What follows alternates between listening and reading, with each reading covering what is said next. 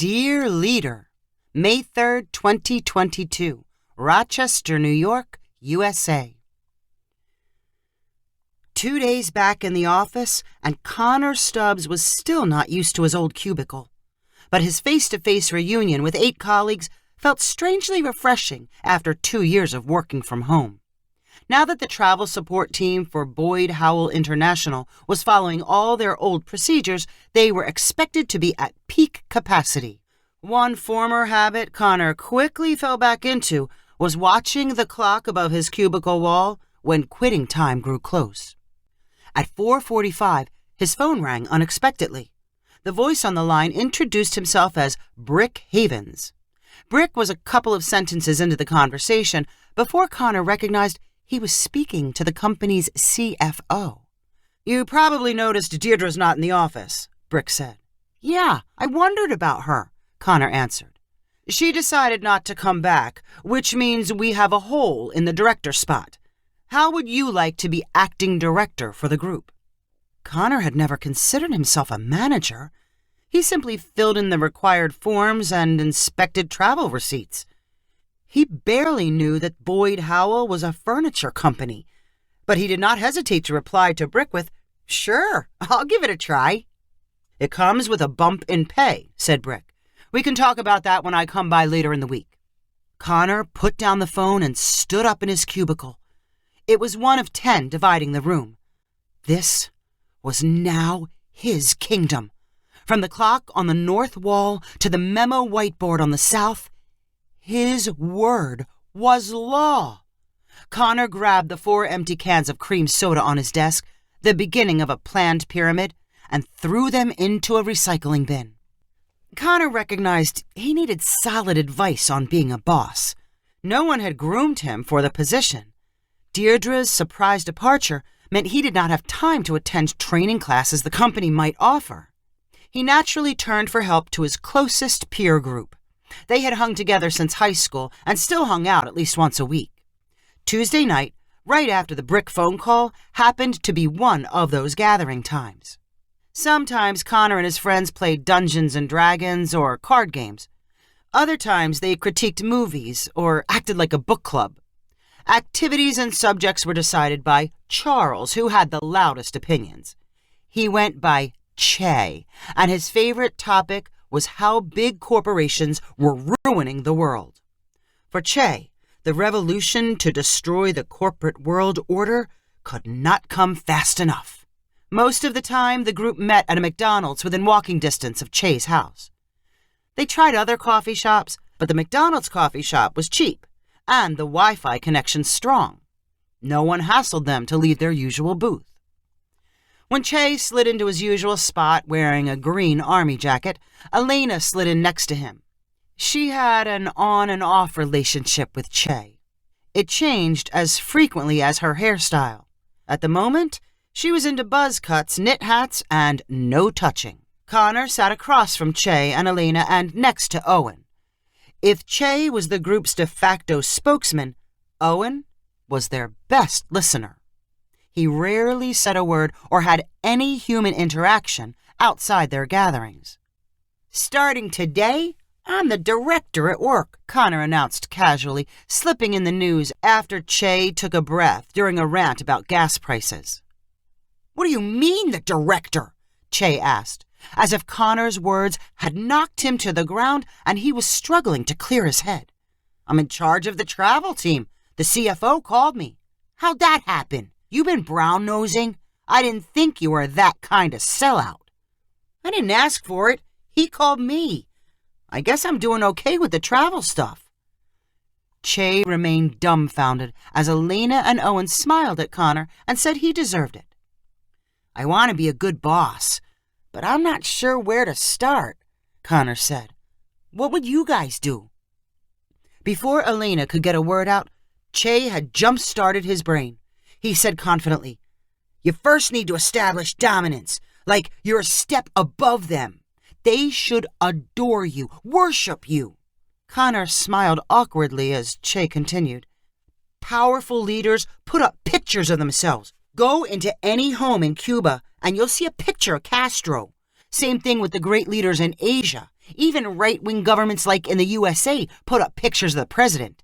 So your picture better be all over that office. Elena chuckled. What are you trying to do, sabotage him? Are you jealous or something? You can't be serious about the picture thing. I am serious, Che argued. Go to any government office, and it's obvious who's in charge because you see their picture. Connor was thoughtful as he asked, what else? You have to make them dependent on you, Che continued. You control the resources. Make them grateful to you every day. How am I supposed to do that? Think of what they need most. You'll figure it out. Connor squinted his eyes as if he was concentrating. What else? Your workers need a common enemy, but it can't be you. The people will always have some discontent. You need a scapegoat they can hate. Che continued to talk, and the more he did, the better it sounded to Connor. Elena and Owen became sold too, and they nodded along as Che described how he would run the country when given the chance. On his way home from McDonald's, Connor stopped at a craft supply store and bought a dozen 8x10-inch frames. He printed copies of his best headshot, one taken when he graduated from college, and slid them into the frames. Connor put on a tie the next morning. It was the same tie he wore in the photo. He arrived at the office while it was still dark outside and placed a picture frame in each of the cubicles. He hung the extras on the clock wall and next to the whiteboard. Connor had thought hard about resources in the office. He moved the water cooler into his cubicle so that everyone would have to come to him for a drink. Then he removed all the staples from the staplers and paper from the copier. He cleared a spot on his desk for necessary office supply storage. Anyone who wanted to print or attach forms together would need his help and feel grateful. As the first of his colleagues arrived, Connor stood outside his cubicle in welcome. Each new arrival spotted the framed picture inside their workspace and chuckled like it was a practical joke. Dina, who sat closest to Connor, laughed the loudest. What's this supposed to be? She called to Connor. You graduating from college again? You want me to buy you a present? With Dina's arrival, all 8 of Connor's new employees were accounted for. He figured it was time for an announcement. I got a call yesterday from Brick Havens, the CFO. He asked me to take over as manager. What happened to Deirdre? Dina asked. She quit. Brick wants me in charge. Why you? Is this why you put your picture up? Don't you think that's a little ridiculous? Cedric asked from the far side of the room. Connor hesitated before straightening his tie and replying, That might seem kind of strange to some of you. I wanted to let you know that I'll always be here to help, and I'm your friend first and your director second. Why did you move the water cooler? Where is it? Dina asked. Here, next to me, Connor said excitedly. I wanted more chances to talk with everyone and find out how things are going. I want to be part of your success. I like things the way they were, Karina shouted. Please, let's try it and see how things go, Connor replied. I'm happy to be leading this team to even greater heights. You're going to love the new office. The stunned faces peering over their cubicle walls eventually dropped out of sight. Connor was still smiling painfully when he fell into his chair and stared at his computer monitor. 5 minutes later, he was still staring without even touching his mouse. He replayed his little speech in his head, wishing it had sounded smoother. Then he realized someone was standing behind him. He turned to find Dina. I need staples. Did you move those when you were moving the water?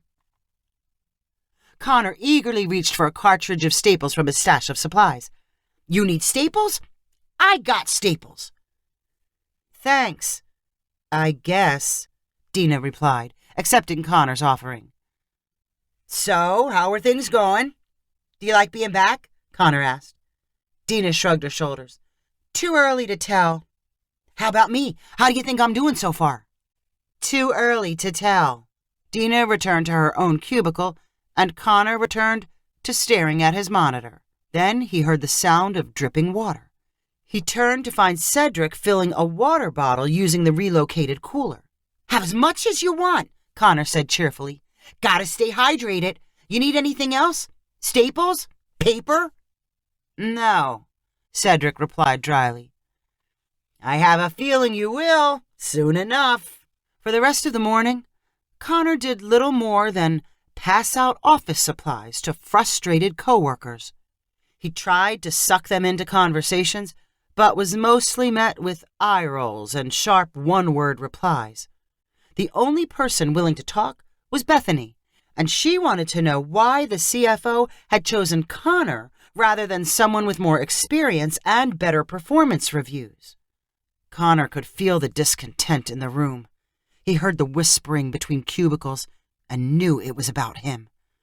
When his employees walked past his desk, they glared and sniggered. Had he gone too far with the picture and the office supplies? Was Che's advice meant to sabotage him after all? Connor thought back to the McDonald's meeting. Elena and Owen had been skeptical of Che's advice at first, but by the end of the conversation, they were believers. Che must have been right. He had even warned Connor that workers would always find a reason to complain. All the negativity Connor sensed was natural. He simply needed to redirect it. The people needed a new enemy. When the workday was over and Connor's team filed from the room, he stood near the door, smiling and wishing them a good night. Most grunted in return. When they were gone, Connor slipped down to the vending machine on the bottom floor. He purchased 9 ice cream sandwiches and took a plastic knife from the lunchroom. Back in the office, Connor carefully sliced the top off each ice cream sandwich and set one on the desk in every cubicle, ice cream side down. Connor included his own desk and was strategic in the ice cream placement. He kept them away from electronics and from the edge of the desks where the ice cream might melt onto the floor. He cleaned up the unused ice cream pieces and wrappers and nervously left for home.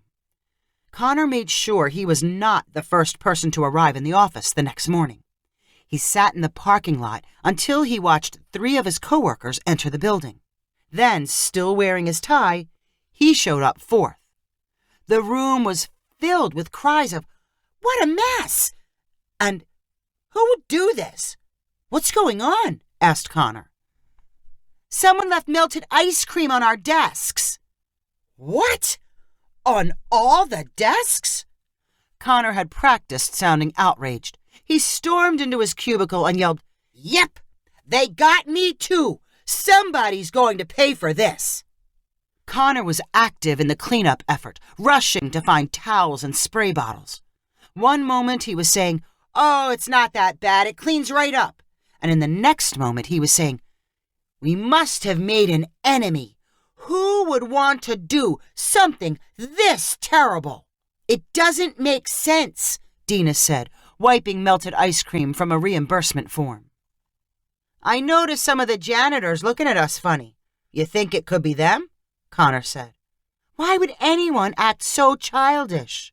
Connor felt a nervous bead of sweat forming over his eyebrow. No one was buying the common enemy theory. He tried a slightly different angle. What if somebody is mad at me, because of my new position? Instead of going after me directly, they're taking it out on everyone. "We could look at security footage and find out," Cedric suggested. Connor nearly swallowed his tongue. "I guess we could, but maybe we shouldn't make such a big deal out of it. So what if somebody hates us? A prank can't bring us down." No one cheered or shared any new suggestions on who might have left the melted ice cream. Connor only heard grumbling as the mess was wiped away. Had he gone too far? Maybe he should have eased them into the prank by starting with overturned wastebaskets and missing chairs. Or maybe he should have completely ignored Che. He could not shake the nagging feeling Che was messing with his head. Connor decided he would take down the pictures and return the office supplies at the end of the day. Before Connor had the chance to do any rearranging, 2 visitors showed up in the office before quitting time. Connor recognized Brick Havens from a picture he had pulled up from the company website. Brick was accompanied by an assistant who followed 2 steps behind him. Connor hurried over to introduce himself. "You're Connor Stubbs?" Brick asked after shaking hands. "I must have got you confused with someone else. I didn't mean for you to be acting manager." The color drained from Connor's face, and his jaw dropped. Brick looked around nervously like he was trying to spot the person intended for the job. He generously applied lip balm and smacked his lips together. Then he spotted Connor's framed photos. "What's with the pictures?" asked Brick. "They're supposed to make everyone comfortable with me," Connor replied miserably. "Show them I'm their friend and leader." Connor expected Brick to laugh sarcastically. Instead, Brick stepped closer to one of the frames and studied it. "Interesting idea. Where did it come from?" "All great leaders do it," replied Connor. He wanted to use some examples. He decided against Castro and Kim Jong-un. "You know, like presidents of the United States." Brick turned to his assistant. "I want my picture in all the offices I manage. Since I'm new in the job, I want people to get to know me."